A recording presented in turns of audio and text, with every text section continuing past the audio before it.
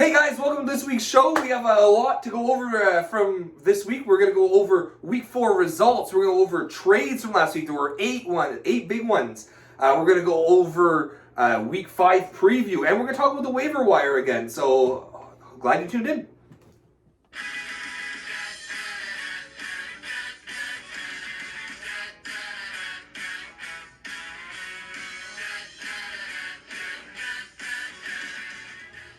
Hey guys, welcome to this week's show. A lot to talk about today.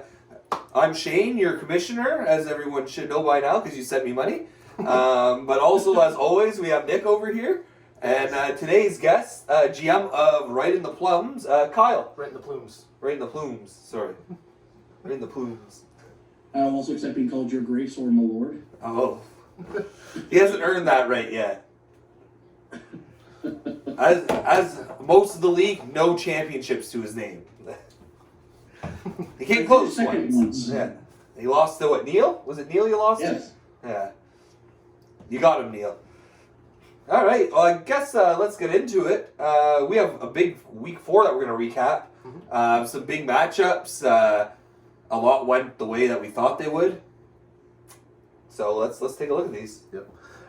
Just before we get into the matchups, I think that Kyle had some bad blood after my comments from last week. I just wanted to elaborate on those comments a little bit. I think Kyle knows exactly why I made those comments. And I just have to say one name. Just one name. Do you want to say the name for me, buddy? I believe the name you're looking for was Mr. Oscar Clefbloom. Yeah, exactly. Yeah. Keeper for Right in the Plums a couple of years ago. So just to keep a guy like that just tells you all that you need to know about this guy's fantasy acumen. To actually help you further, I'd like to also point out that I chose to let Evgeny Kuznetsov walk that year. To keep. Because of that. So that just to further help you. Yeah, thank you. Thank you for proving my point. So I don't know if you had any rebuttal to that, but that's exactly what I was getting at. So that's why I made the comments that I made. I think that was a great trade, though, that he made, too, back in the day. Did he not move Sege? Oh, yeah. Gross. I believe he moved Sege for Markstrom. I was a young new GM trying to find my way, and I did some questionable things that I'm not proud of. That's fair. I've learned my lesson. I've gotten better. Those scars are still there. I carry them like a shame-riddled tramp stamp. Yeah, I understand where you're coming from. Now that you've bared my entire history. The league doesn't forget. They don't forget. We're like the North. But in all seriousness, though, that's you changed a little bit. I think your roster's a little bit better personally, but yeah, he's gotten away from the homer. He kind of stuck by his leaves for the first couple of years there, and he's kind of gotten away from that. So good on him. Yeah. But he's replaced that with just mediocrity. So I don't. I love how that was almost a compliment, yeah. And then just as it was about to become a full one, took it away. That's just how we roll around. Welcome to the show, Kyle. Let's get into some recaps. Let's see how everyone did last week. I know it was a fun week for a lot of teams. Let's go, Nick, here for the first matchup. We have newly named, this was named today, name change. We'll get into that the fucking Carnivore versus El Reyes last week. Yeah, so while I was still the whole shaft, I ended up just squeaking out a tie here. It took into the last couple of minutes of the final game of the week. My last minute waiver wire pickup was able to pick up a couple of blocks and actually brought the tie in for me there. So better than a loss, keeps me in 5th place. Sorry to everybody who picked me to win last week. I let you all down. Just a disappointing week overall. Yeah, I don't know what to say. I bet you everyone can say that. Even El Reyes can say it's disappointing because he probably thought he had you. Yeah. And then the last game, you get yeah. some last minute blocks. But that's the value of the waiver wire, guys. Like I had one pick left. I was within a couple of stats on goals or blocks. I just chose to go for the blocks, thinking that maybe defenseman picks some up, and I made the right call. So, yeah, that's it. Now we'll go to Kyle here. He's going to tell us all about Team Ramrod's thrashing of Suck My Ojic. Well, that one there, it's actually a bit of a shame, this one, because I would have thought that, out of respect for Neil and Black History Month, Shane would have thrown this one. But instead, Shane decided to set back the civil rights movement by 300 years and just utterly bury Neil. And it was both chilling and moving, really. It was impressive. You know, without the Black History Month there, Neil, I'm never going to let you win. You've had my number for a while. It's about time that I get some revenge here. So we're going with Nick here. He's going to tell us all about the 2016-2017 champions versus TVTMF. Yeah, so Derek's able to pick up his first win this week, or pardon me, last week. Just taking it to Travis. Travis has lost 2 games now. Just gonna keep rebuilding, I'm assuming. Constant that perennial rebuild, like for years and years. At some point, the process does not work. But yeah, good for you, Derek, picking up your first win. So hopefully you can get on a little bit of a streak there. You're typically towards the top of the leaderboards. I'm currently sitting in 13th right now. But yeah, let's get on a roll there, bud. We're going to go to Kyle here. He's going to tell us all about the cherry picking Dons losing to Domo Arigato. Well, Mr. Shibato there really took control of those tangible stats there with the hits, the blocks, shots on goal, all those stats. And basically, the bottom half of the category was just his, of all the categories. So, I mean, it was pretty damning win. I mean, Dons just didn't do anything. And we know, though, he's been saying for a while now his goalies has just been ravaged by COVID-19 protocol. Well, his entire team was just ravaged by COVID. I mean, he called me Captain COVID. I mean, might as well come up with Major COVID. We'll move on to the next matchup here. Who we have? Y'all tried the beef. Trash talked Sean really hard here. Really hard last week. He went into awesome. it. And it looks to me like it didn't go his way. You want to tell us about this, Nick? Yeah, so I just love seeing this. Good on you, Sean, for just taking it to the guy who was talking shit. Belcher, you really shouldn't have been talking shit. Going into the last day, it was 14-0. He had this sweep on you, bud. Taking that one stat makes it look a little better. Charity point. But, oh, come on, dude. He beat you by 12. Out of 15 stats, he beat you by 12. Ooh, you're going to be licking your wounds after that one. Then you have to face me this week? Oh, bud. Losing streak's going to hit. So that's kind of why I changed my name to the fucking Carnivore, bud, because I'm going to eat up all that beef. I'm going to shit you out, dude. You're in for it. The mental imagery there is just beautiful. Yeah. Sexual puns intended, of course. Yeah. I'm just going to fucking take it to you. Not just the puns, the sexual ones. Yeah, 100%. Yeah. You are only going to tear up my asshole because I'm going to be shitting you out after this week is done. Can we pause for like 5 minutes while I go take care of this? We're going to put you on the spot right now to talk about Hockey Balboa and Relentless here. Well, this one here kind of went the way I kind of expected it would. I mean, Braden's rebuilding. He's selling off his team, so I kind of expected this one to go that way. There's really not much to say. Relentless got a pretty good squad, so I figured he was going to take them up regardless. I think Hockey Balboa this year is just going to be a free win for everyone. No offense to your team, Braden. It's just obviously you're rebuilding for a reason. You knew that you didn't have much, so you're making the moves that you need to. Even your goaltending has no stability right now, so it makes sense. So not taking a cheap shot, just saying it how it is. Honestly, it'd be bad for him to win a game at this point because it might take him out of contention for that first overall pick. Yes. So, and we're not saying tank. Yeah. But it would be bad for you to win.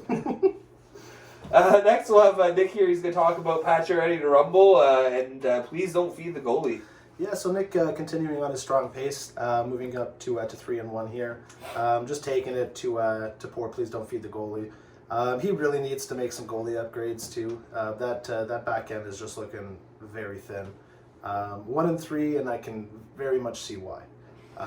So good on you, Nick. Tyler, I think it's time that you need to make a couple of moves there, bud. Oh, I know Kyle has been waiting a while to talk about this one here.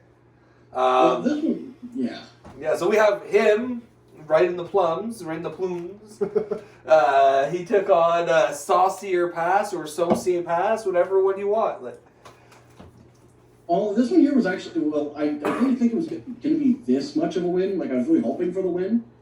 But my entire roster decided they were going to play this week. It's nice when that happens. Oddly refreshing. It's good when people considering show this up year. with it. But goaltending-wise, like, it looks like, if you look at the stats, like, any other week he would have won that goaltending race. You don't often lose goaltending when you're sporting a 194 GAA. That's true. So I got lucky, but it was nice to come up to 500 now. Well, it's a big win. Corey was on a roll too, so it's a big win against a team who was still contending, still winning matches. So let's go to Nick here. He's going to talk to us about our prediction results. Prediction time, yeah. Let's see who had the right calls last week. So overall, we all had a pretty good week. Most of the league was above 500. Just the one person coming in below 500. That's our guest this week, Kyle. Again, just further proving the point that he doesn't know much about fantasy hockey, not just about his own team, but about the rest of the league. Rebuttal later, Kyle. Rebuttal later. Okay. So just getting into the predictions here real quick. Again, I apologize to everyone. Most people had taken the whole shaft to win this week. Just two people taking El Reyes. And I see you, Kyle and Corey. I see you guys. I have no faith in the shaft here. But yeah, we did tie there, so everybody taking the loss. Most people on the second matchup were taking Ramrod to win, and he did come through for us. What was that, the fourth win now this year? So 4-0. Two people taking Suck My Ojik there, myself, because Neil's just been historically takes it to Ramrod. Not this week, so Neil let me down a little bit. And he had picked himself as well, and of course he let himself down. He's living in shame right now. The next matchup was a bit of a toss-up. We had about half the league taking TVT and half taking the 2016-2017 champs. 2016-2017 champs taking the win for us this week. Moving on to the next matchup, we have Domo Arigato versus the Cherry Pickin' Dons. Again, we just saw Kyle's team just ravaged by PPD. Honestly, though, I don't think it would have mattered much. The guy does not have a good team, and Domo Arigato, he's got a bit of a roster this year. He's coming along. He's actually top in the division right now, so good for you, bud. He came through for most of us this week. Apparently, he rides the Rangers goalie. He made it very clear in the chat. Next, we had the Charlie Browns versus Daltry the Beef. Oh, but I'm gonna fucking kill you this week. I can't wait. We have the Charlie Browns winning this matchup and coming through for the majority of us. So thank you there. Next matchup, we had a clean sweep. Everyone taking Relentless, and he did come through for us with the win there. That's your freebie. There's our freebie, right? Against the bye week, the Hockey Balboa bye week, as we're gonna call it going forward. Then the next matchup we had Please Don't Feed the Goalie against Patch Ready to Rumble. As we saw, Patch Ready to Rumble easily taking the win here, and he was coming through for most of the league as well, as we took him to win that matchup. And then lastly, we had Right in the Plums versus Saucier Pass. So a couple of people taking Saucier Pass, myself included. We were incorrect on this one, as Right in the Plums did end up taking the victory pretty handedly there. So as I mentioned earlier, all in all, pretty good week for predictions, guys. We were all above 500 except for this plug here, Kyle. At 3-5, everybody else either at 5-3 or 6-2. So just taking a quick look at the overall records now, we do see here that we have our leader Daltry the Beef at 19-13, followed closely by Suck My Ojik and the Cherry Picking Dons, and then everybody else is either at 500 or below.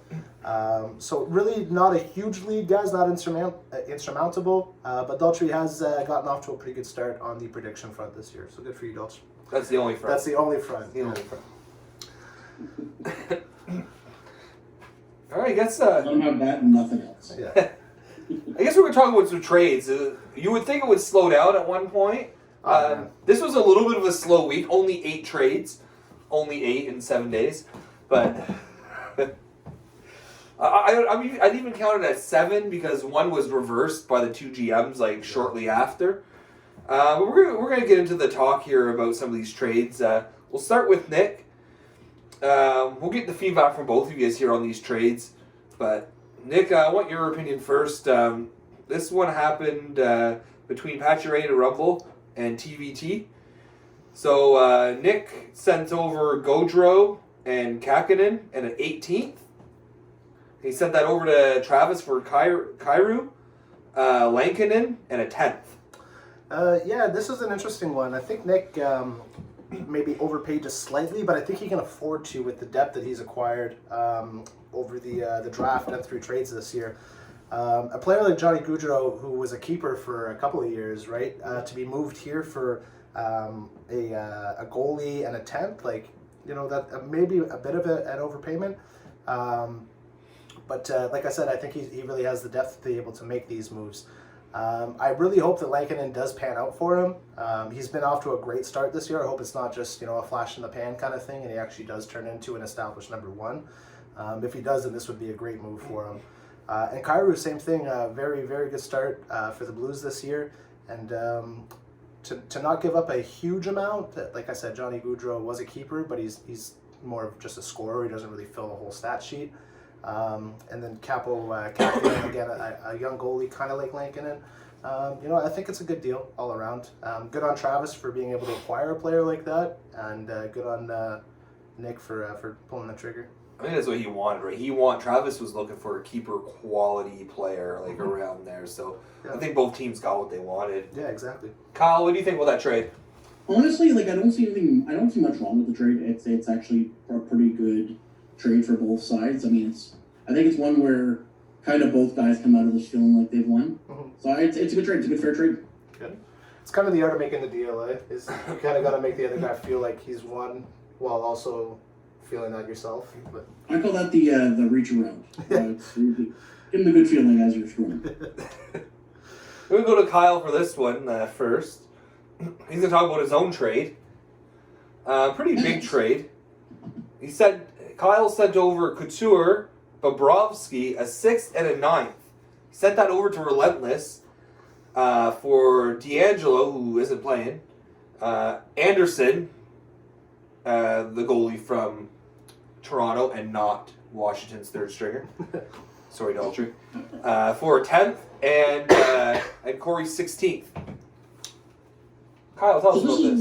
This is one that I've been kind of working on trying to get rid of Bobrovsky since I got him. Just because I don't like Sergei Bobrovsky, but I got him because he's a starter. And he's been playing well in the last little bit, to his credit. But the thing is, I'm looking at it not only right immediately, but I'm also looking at it long term. And who do I have faith in more, Frederik Andersen or Sergei Bobrovsky? I think when the chips are down, I have more faith in Frederik Andersen. Couture, for me, because I'd gotten other players, he was no longer a keeper, and I had a lot of center depth. So you got to pay a high price for goaltending, and that's what I did. Well, that's fair. What do you think about the trade, Nick? I don't like it at all.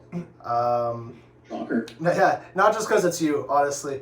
But to give up a player like Bobrovsky, who understandably you've been trying to move, I get it, has not been playing very well in Florida. But has a proven track record, and he can very quickly turn it around. And to your point, you just said it. He's been playing well as of late. To give that up and to pick upgrades, one of those upgrades being a first overall, so giving a starting goalie, a first round pick, and then another pick upgrade, along with Logan Couture, who's a very good player in his own right, for a Tony DeAngelo, Frederik Andersen, and those two later picks. I get what you're doing with Anderson. I know you're a Leaf fan, but I just think that this is a gross overpayment.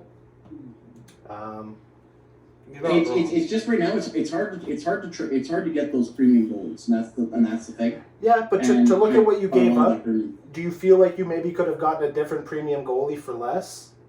I think if I'd have shopped more, I think there was an opportunity there. I think what happened was Relentless and I were talking about it. And it kind of fell into place, and I said, you know what, I've got the deal on the table. Mm-hmm. I'd rather the bird in the hand than try and go for the two in the bush type of thing. Yeah. And you're right. You know what? I do feel like I did pay a lot. I did pay a lot. But I think I'm content with what I paid. I think it'll pay off in the end. I'm hoping it'll pay off in the end. Yeah. You know, hopefully it's not going to be a second place finish to Neil. We've seen a lot of big trades though this year where they've had to pay. Yeah, people had to pay. I completely understand having to pay, but to also overpay for a position where you're not in need of an upgrade. You have one of the best tandems in the league in Boston's goalies. So I get that you're going to have a very good tandem now if Freddie Anderson plays well, which so far this year he has been, but we've seen him up and down too.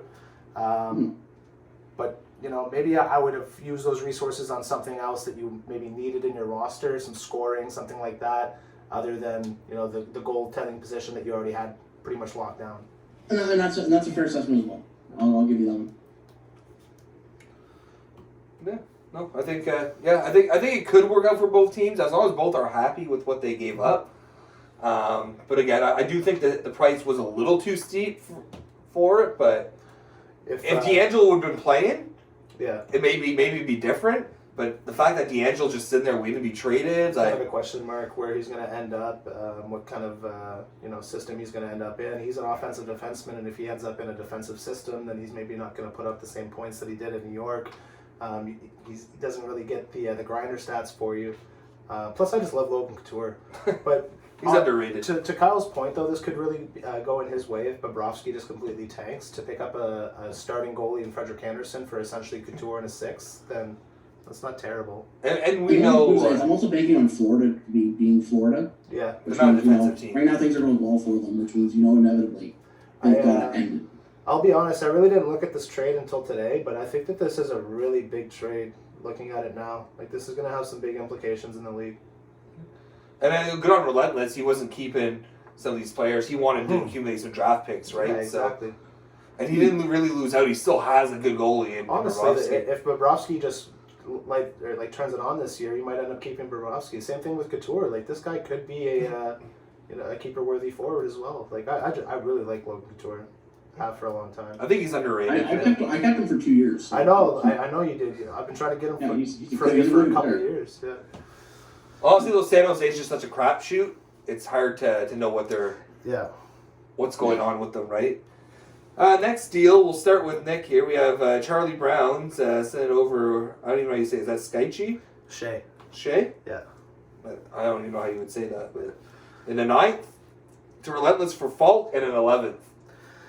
So let's take a look here. So Relentless is again making his moves, acquiring some better picks, trading away Justin Falk, who he just recently acquired, who was actually having a good year. I had said earlier in one of the previous episodes that I didn't think that was a very good move. Actually, it kind of turned out to be a good move for him. He's really having a good year in St. Louis. Brady Shea is also a serviceable defenseman. You might be able to flip him later. I think he moved at the deadline in our league last year for a pick as well. So to get a pick upgrade, as well as a good player that he can move later. Charlie Brown's got a good defenseman, and he didn't have to pay too much for it. A small pick upgrade, the 9th to 11th, dropping back 2 rounds isn't bad. In this one, I do think both teams made out pretty well. He definitely did upgrade his defense with Falk. Because Falk is, as good as Shea is, Falk still is the better defense. Yeah. What do you think, Kyle? Honestly, Nick summed it up pretty well there. It's a good trade for both sides. I mean, and nobody came out of that one looking like a bandit. It was a good trade. Yeah, that's good. I like it when there's good mutual trades. In the league, right? It's good for GMs. You got people out there you can actually trust, and you don't have to worry about them raping you every time. Don't get me wrong, I like a good trade rate too. Oh yeah, I love to see that. But yeah, no. I like it when I'm not part of them. Yeah. Sega is also new. Next we'll go to Kyle here. He's going to tell us about Daltrey. You can talk. This is a 2-part trade. Because this trade happened and 2 days later it got reversed. They switched back. Now a little history on this. Daltrey sent over Frank Hughes and Kyle's 15th to Corey for Travis's 16th. The whole point of it was that Daltrey just needed a space on his roster. He needed someone to hold on to a guy on the IR. So he made a deal. He got creative. He made a deal. It turns out during the week that Corey, because of PPD and whatnot, needed that space back, so they reversed it. But he was renting a spot on someone else's roster. Yeah, no, that is really creative. I like that. It's creative. What do you think, Kyle? I actually think that's actually quite clever, and I don't often use the word clever and Daltrey in the same sentence, but that was very clever on Daltrey's part. I mean, that's very, very. That's just a good move. I mean, it doesn't really cost you anything. I mean, if let's say you were to stuck, then yeah, okay, it cost you a little bit, but I mean, overall, it's really smart. I'm giving all the points on that one. Honestly, something that maybe some of the other sellers should look into doing. Somebody like Braden, like if you're looking for pickup grades, bud, like rent out some roster space. Yeah. It's not a bad idea. First person to do it, but I bet you now we're going to see a bunch of people doing it. I think closer to the trade deadline and whatnot, like when it's a tough matchup, like this is a make or break week for me. I might need to borrow someone's roster spot. So yeah, no, very creative. It just shows that we just keep finding ways to. I wouldn't say circumvent the rules, but like just to benefit you more. Again, it's You're paying. you have to have trust with the other GM though, right? They might not trade that player back to you. Are they sending them back? Yeah, exactly. Nick, let's get you to talk about this trade. Cherry Pickin' Dons sent over Murphy and a 6 to Relentless. Relentless, again, very active this week. Relentless sent over Ryan Ellis, Pavelski, and an 18th. I think this is an overpayment on Kyle's part. I know he was talking about looking for keeper-worthy players. Joe Pavelski is probably not that guy. Having a great year, don't get me wrong, but he's 36, 37 now, maybe. Yeah, around there. I dropped him a couple years ago for that reason, because he's getting up there in age. He had a good year last year for Dallas. It wasn't, I think he started off slow. But he started off slow and then... But that maybe is something to do with age. But this year he started off super quick. A lot of power play points. Like, the guy's going to score, but if this is the move that you're making for a keeper-worthy player, Kyle, I don't like it. I think you maybe could have got some better value, a little younger, for your 6th-round pick. So, What do you think, Kyle?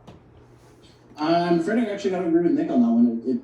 As much as I'm a big fan of Pavelski and I'm a big fan of Ellis, because Ellis is a pretty like a safe defenseman.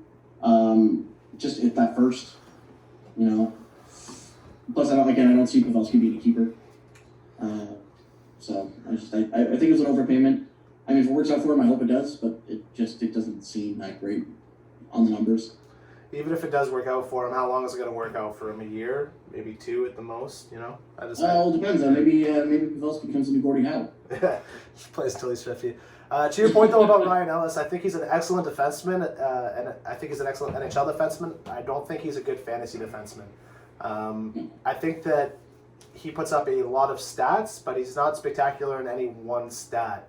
Average. Exactly, average across the board, right? So if you're looking for something in particular, hits, blocks, PIMs, he's not going to be your guy. There's going to be better options on the waiver wire. I heard Mott puts up a lot of hits. I heard that too, yeah. I don't know where I heard that. The waiver wire, that's where you heard it.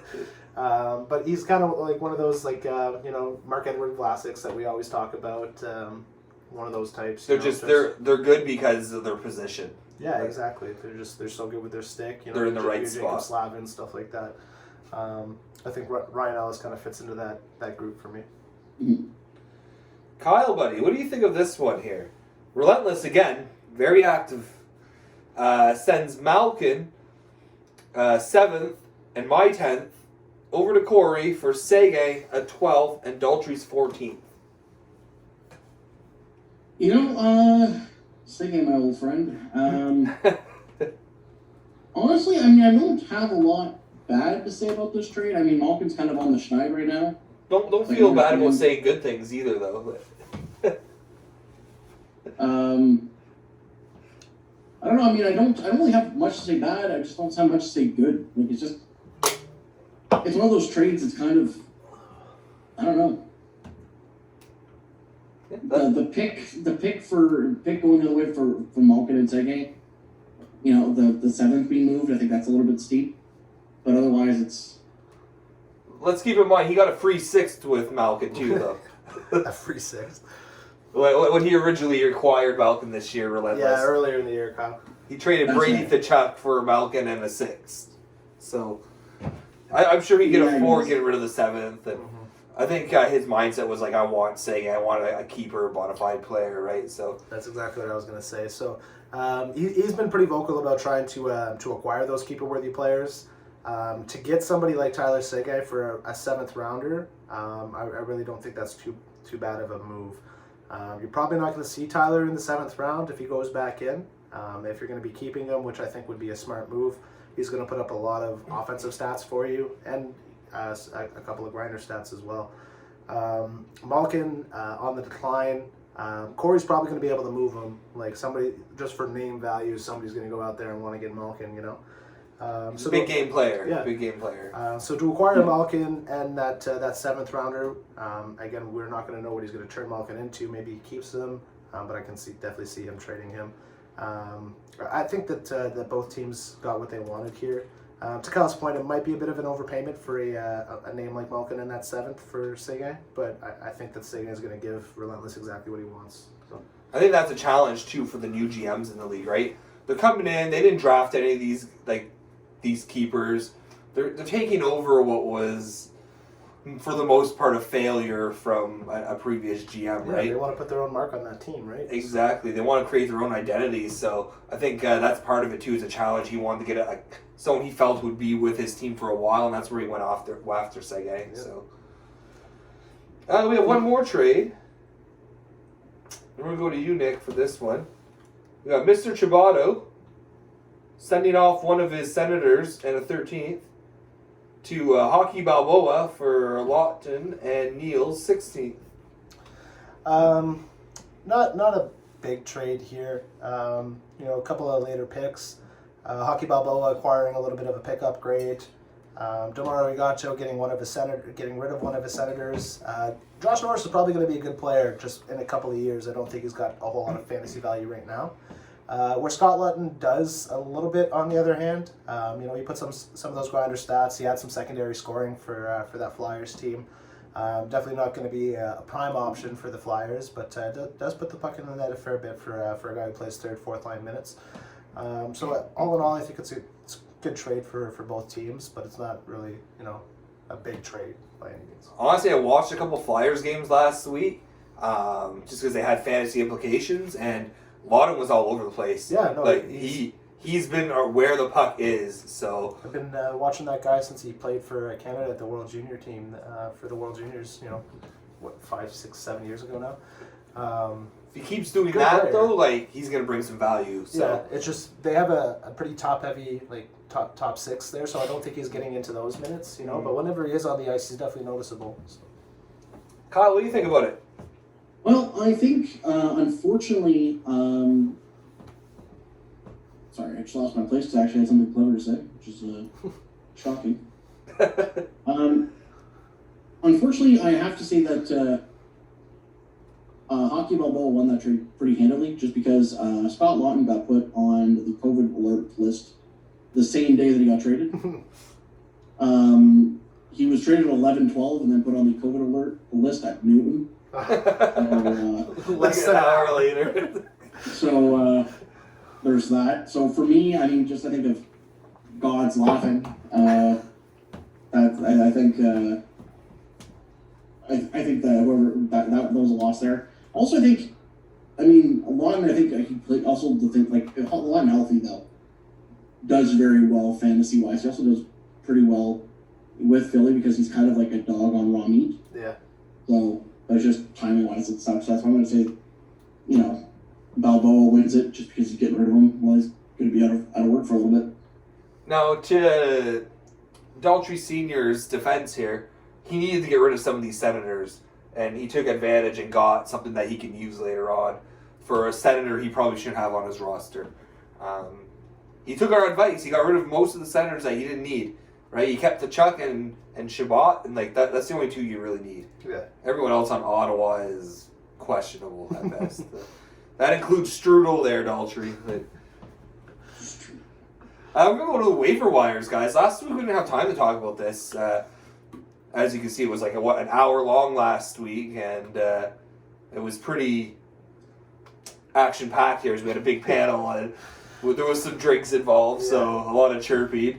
In fact, I believe some people present didn't even remember what they said in last week's I podcast. completely forgot it, but I stand by it 100%. 100% I stand by it, but I completely forgot that I called you out, Kyle. Shane's filling me in earlier this week, like, I said that? Yeah, fuck yeah, I said that. So like we started last couple weeks ago when we did the waiver wire, each of us just determined what position we would talk about. We're going to talk about the best pickup for that position from last week, and then the one that we would look at this week. Nick, do you want to start off? Yeah, so last week, the best forward pickup, I thought, and I was looking at him too, so good on you for picking him up. I made the wrong call there going with a different Vegas Golden Knight. But Chandler Stevenson, I think he had a very good week. Vegas had a couple of big games later on in the week. And he did put up some points. He put up some hits. I think Chandler Stevenson was the pickup of the week last week on the forward list. What about you, Kyle? Who was your defensive pickup of the week last week? Just because it pretty much stole the win for Nick there, Devin Taves. A healthy Devin Taves is a good Devin Taves, and Nick picked him up in time, and I ended up getting the week when I was certain that was going to end as a tie. But thanks for that, Devin. Now, for goalie, I'm going to say McElhinney was a great pickup. 4-1 victory in the one game he got. That was his first game of the season.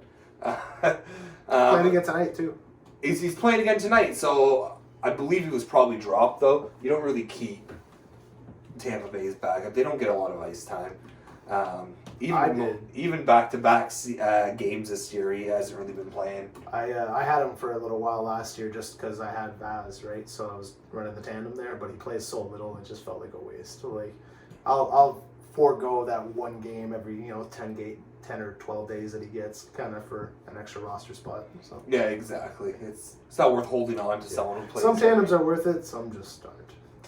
When you have a guy like Vass who just plays most of the time. Nick, tell us about a forward that you have your eye on this week. This week I'm going to go with Mason Appleton of the Winnipeg Jets. Dubois is out, unknown injury, day-to-day out status, so Appleton's probably going to get a little more playing time there.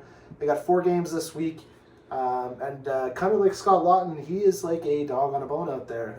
Just every time I watch the Jets play, you hear this guy's names all the time. He's just always in on the play. And with 4 games this week, I think that's a probably a worthwhile pickup. Oh, apparently a trade in the NHL just happened. Neil just posted the Toronto Maple Leafs that picked up Galchenyuk. Oh God! For a pair of deep end prospects, everyone can use. Jeez. Kyle, tell us about your defenseman here. Defense, I'm going to go with the little known Matt Dumba. Little known. I'm actually going to phone this one in, just because he's freshly activated off the IR. Minnesota is a pretty good team. They're a much better team with him. He does put up a fair number of hits, puts a fair number of blocks. He's a good offensive defenseman as well. So I mean, Matt Dumba on your roster makes your roster look better. Yeah, I had him for a bit until he got injured there, so I didn't even know he was coming back. Goalies, it's thin out there. It's really thin out there, but Carolina's been on a roll. They let up a lot of goals when they win, but they get those wins, and sometimes the win is the hardest part to get. You can have goalies who lose 2-0, 1-0. It can be frustrating. So I would go with Nedeljkovic here from Carolina. I know he's been getting some starts recently with the injury to Mrazek. I know Reimer still carries the majority of that load for now, but you have a guy who's getting a young guy who's getting a chance to show what he can do, right? So he might get more playing time. But I would keep my eye on him this week. I guess we'll move on to a Week 5 preview. Yeah. I just gotta go unlock the door. Nice timing. Nice time.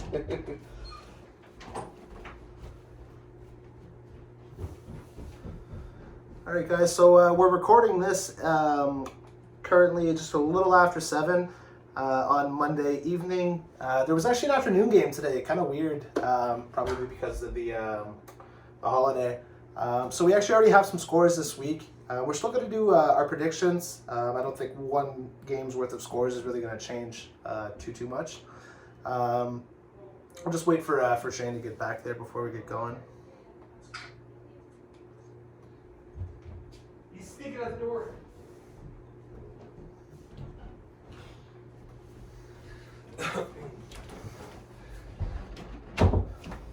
Pardon the interruption, guys. Pardon. All right, so we're going to talk about this week's matchups. You can see there's already scores. I'm loving this one right here. We'll talk about that in a bit. Nick, we'll get you to start here. Give us your opinion on the fucking Carnivore versus I'll Try the Beef.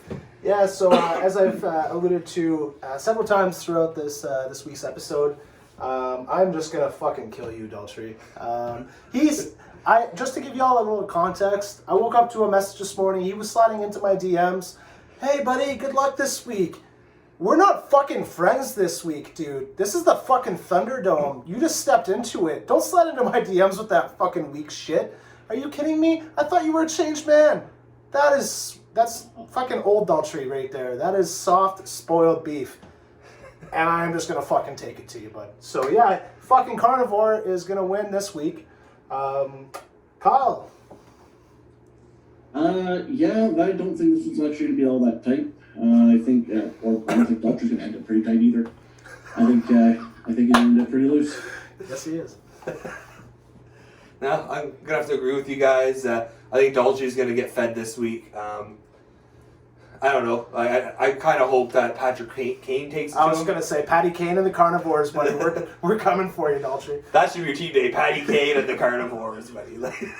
At the same time, though, can we all agree the shit you will have to eat if you lose? Oh, I'm not even worried about it. It's not going to happen. I'm just saying, I'm just thinking, like, part of me is like, yes, I want to see Daltrey get destroyed, but at the same time, it's like, if Daltrey somehow destroys you, oh my lord. He won't even trash talk. He'll just say, Nick, you're beautiful. Yeah. Good week. He will. But, He will, yeah, I'm not worried about it. It's not even a thought that's crossing my mind right now. Like, this is my Daltrey bye week. The old bye week. Yeah. Next matchup we'll talk about. I believe the next one was the mighty Team Ramrod. Already up 8-0 versus TVT. Because Kemper, my boy, 1-0 shutout this afternoon. What a great start. I guess I might as well start with this one since I'm already rambling on about how great my team is. There's going to be more of this all week, TVT. You might as well just give up this week. It's over. It's over already. 8-0 final. Kyle, want to tell us about this one? Well, Travis clearly agreed with you on draft day, which is... So, I don't think he's coming into this one trying to win. Yeah, I think Ramrod's got this one pretty handily. Yeah, I'd have to agree with that. Score of one game aside, Travis's team, like I've said before, I really don't like it this year. I understand what he's trying to do, just like he's trying to do it every year. But I don't think he's going to be able to pull out the win against the undefeated Ramrod. I think he's going to move to 5-0. So somebody's got to take this guy down, and I don't have the chance. He's not in my schedule this year, so somebody please take him down. I'm tired of hearing about this undefeated shit. All right, I don't want to hear it anymore. It's not going to be Travis, but somebody's got to fucking beat him. I disagree. But next matchup here, let's go to Kyle to start here. Tell us about... actually, we might as well keep the same rotation. Let's start with Nick here. Let's talk about the 2016-17 champions versus Hockey Balboa. Yeah, Hockey Balboa is going to take another loss. I'm going to drop to 0-5. Derek's going to put together a little bit of a win streak and get his second in a row here. So 2016-27 champs is going to take this one. Kyle? There's nothing much to add there. I mean, Balboa's rebuilding. 2016-2017 champs. Derek's gonna take it. I'm probably on the power of a guy named Carey Price. So. I agree. I think he's gonna steamroll him. He's gonna build some momentum with this easy matchup this week, and have a chance to fight for 500 next week. Nick, tell us about El Reyes versus Relentless. So this is a good one. A couple of buddies here going at it. El Reyes coming off the tie last week. Relentless coming off the win. I like both teams actually, but I like El Reyes' team a little bit more. The guy does have good depth. I've been saying it all year. He drafted very well. Relentless has been very active, making some moves, kind of selling and also kind of improving his roster at the same time. So I think El Reyes is going to take this one, but it's going to be a really interesting matchup this week. Kyle, what do you think? I actually have Relentless on this one. Just because I think his roster's a little bit more robust, if I can use a cooking term. Just a little bit more. I don't know. There's a little bit more to it. I got my money on Relentless. I'm gonna go with El Reyes.